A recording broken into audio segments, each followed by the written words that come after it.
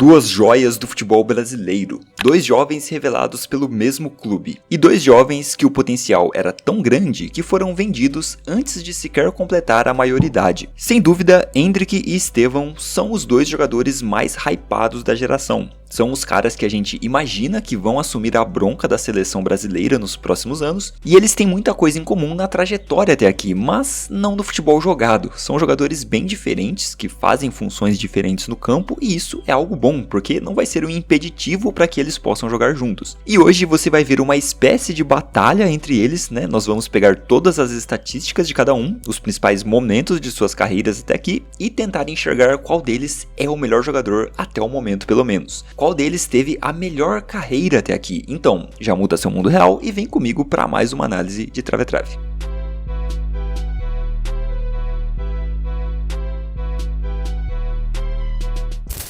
Para você que me acompanha por aqui, sabe que as batalhas de trave a trave foram aposentadas, né? Nós tínhamos um quadro em que comparávamos dois jogadores para definir o melhor, mas esse quadro deu espaço ao caos de trave a trave, que era muito melhor, mas agora nós temos uma evolução ainda maior e você confere o teaser agora.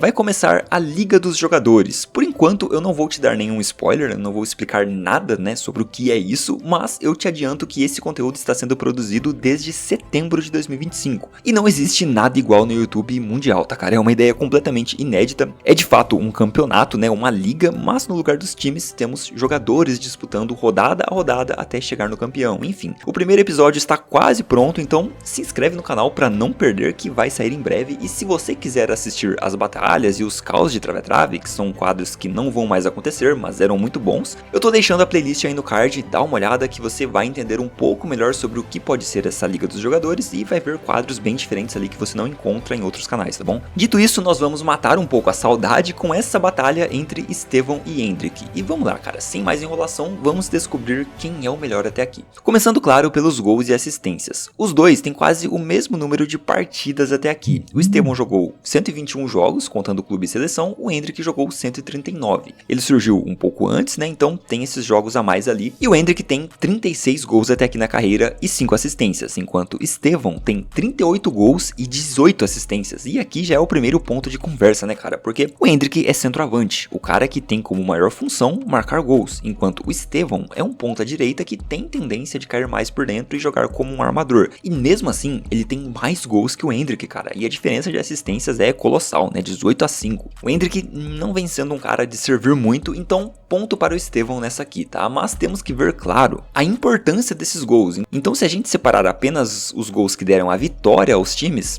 o Estevão também ganha, tá cara? Ele tem 13 gols que deram a vitória, enquanto o Endrick tem 9. Então, diretamente, o Estevão vem sendo mais decisivo. Mas aqui é um critério que a gente não pode se fechar só a essa estatística, porque o cara pode ter sido decisivo mesmo sem ter feito o gol da vitória, né? Pode ter sido um gol de empate ou um gol decisivo que levou, né, o time para uma virada, e considerando isso na análise, eu considero o Endrick como mais decisivo porque ele tem mais momentos de brilhantismo, né? Como por exemplo aquele jogo contra o Botafogo no Brasileirão de 2023, que estava 3-0 para o Botafogo, o Endrick entrou, fez 2 gols e ainda fez a jogada do terceiro, né? O gol da vitória naquele jogo foi do Murilo, mas o craque, né, o melhor jogador da partida foi o Endrick, cara. A virada só aconteceu por causa dele, e foi um confronto direto crucial para o Palmeiras vencer aquele Brasileirão. Ele também fez o gol no 1-1 contra o Cruzeiro, né, que foi o empate que decretou o título do Palmeiras naquele ano. Tem gols em outros empates, como contra o Corinthians no Paulistão 2024, na eliminação pro Boca na Libertadores, então ele tem grandes momentos em grandes jogos, coisa que o Estevão não teve no Palmeiras pelo menos, né? Você deve se lembrar que ele era chamado de Cuiabanem, que não era só uma zoeira de rival não, tá? O Estevão realmente não conseguia desempenhar tão bem em grandes jogos quanto jogava contra Cuiabá, Ceará, Juventude e outros times que não têm a mesma força dos grandes nacionais. Agora que ele chegou no Chelsea, né, ele foi decisivo em grandes jogos já, claro, contra o Liverpool, né, é o maior exemplo ali, que ele fez o gol da vitória aos 95 minutos, mas no todo da carreira, o Endrick ainda fez um pouco mais em relação à decisão. Até mesmo na seleção, o Endrick tem 3 gols e Estevão 5, mas os gols do Endrick foram em contextos mais desfavoráveis, digamos assim. Ele fez o gol da vitória contra a Inglaterra, jogou muito bem contra a Espanha, fazendo gol também, fez gol contra o México, enquanto o Estevão também fez os gols da vitória, mas foram contra Senegal e Coreia do Sul, além do gol contra a Tunísia ali no empate por 1-1, né? Então, são adversários mais fáceis do que os que o Endrick enfrentou, portanto, ponto para o Endrick no fator ser mais decisivo.